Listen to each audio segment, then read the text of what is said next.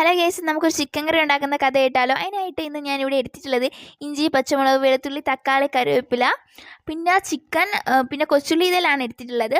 പിന്നെ ഞാൻ ചട്ടി വെച്ചു, അതിലേക്ക് കുറച്ച് എണ്ണ ഒഴിച്ച് അതിലേക്ക് ഉലുവ ഇട്ട് കൊടുത്തു. ഉലുവ ഇട്ടതിന് ശേഷം നമ്മൾ ഗാർലിക്കിൻ്റെ പേസ്റ്റാണ് ഇട്ട് കൊടുത്തിട്ടുള്ളത്. എന്നിട്ട് അതിനെ നന്നായിട്ട് നമ്മൾ അതിനെ ഇളക്കി കൊടുത്തതിന് ശേഷം നമ്മളവിടെ ഗ്രൈൻഡ് ചെയ്ത് വെച്ചിട്ടുള്ള ഓണിയൻ എടുത്ത് ആഡ് ചെയ്ത് കൊടുത്തിട്ടുണ്ട് കേട്ടോ. എന്നിട്ട് നന്നായിട്ട് അതിങ്ങനെ ഇളക്കി കൊടുത്തതിന് ശേഷം ഞാൻ ഇതിലേക്ക് ഉപ്പ് ആഡ് ചെയ്ത് കൊടുക്കുന്നുണ്ട്. ഉപ്പ് ആഡ് ചെയ്ത് കൊടുക്കുന്നത് എന്തിനാണെന്ന് വെച്ചിട്ടുണ്ടെങ്കിൽ നന്നായിട്ട് വാടാനാണ് കേട്ടോ. ഇത് നന്നായിട്ട് നന്നായിട്ടായാൽ മാത്രമേ നമുക്കിനി അടുത്ത സ്റ്റെപ്പിലേക്ക് പോകാൻ പറ്റൂ. അതുകൊണ്ടാണ് കേട്ടോ. അതിന് ശേഷം ഞാൻ അതിലേക്ക് കുറച്ച് ഈ ചില്ലി ആഡ് ചെയ്ത് കൊടുക്കുന്നുണ്ട്. എന്നിട്ട് നന്നായിട്ട് തന്നെ ഇളക്കി കൊടുത്തിട്ട് നമുക്കതിനെ ലോ ഫ്ലെയിമിലാക്കിയിട്ട് നമുക്കതിനെ അടച്ചു വെച്ച് വേവിക്കണം കേട്ടോ.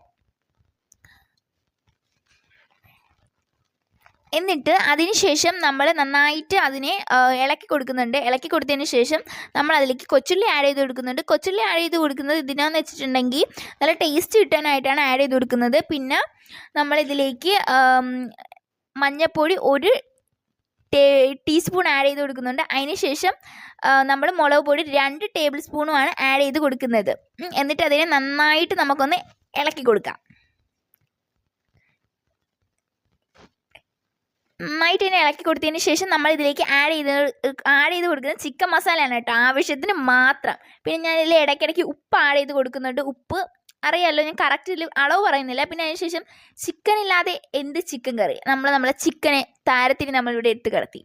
എന്നിട്ട് അത് നന്നായിട്ട് നമ്മൾ ഇളക്കി ചിക്കനെ ഫുള്ള് നമ്മളതിനെ പിടിപ്പിച്ച് നമ്മളതിനെ എടുത്തിട്ടുണ്ടായിരുന്നു.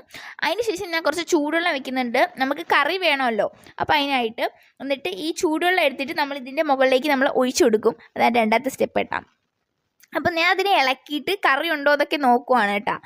അതിന് ശേഷം ഞാൻ ചൂടുവെള്ളം ഇതിലേക്ക് ഒഴിച്ചു കൊടുത്തതിന് ശേഷം ഞാനിതിനെ ഈ ചിക്കൻ എന്തായാലും വെന്ത് കാണത്തില്ലല്ലോ, അന്ന് അടച്ച് വെച്ച് വേവിച്ചു കേട്ടോ. അതിന് ശേഷം ഞാൻ ഇളക്കിയൊക്കെ ഒന്ന് നോക്കി. അതിന് ശേഷം നമ്മൾ അവസാനം ഇതിലേക്ക് ഗരം മസാല ആഡ് ചെയ്ത് കൊടുത്തിട്ടുണ്ടായിരുന്നു.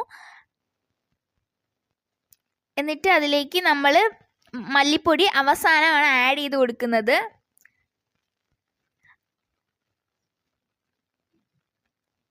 അപ്പോൾ ഇന്നേക്ക് ഇത്രയേ ഉള്ളൂ, നമ്മൾ ചിക്കൻ കറി റെഡി ആയിട്ടുണ്ട്. അപ്പോൾ എല്ലാവർക്കും ഇഷ്ടപ്പെട്ടു എന്ന് വിചാരിക്കുന്നു. അപ്പോൾ ലവ് യു ആൻഡ് ബൈ.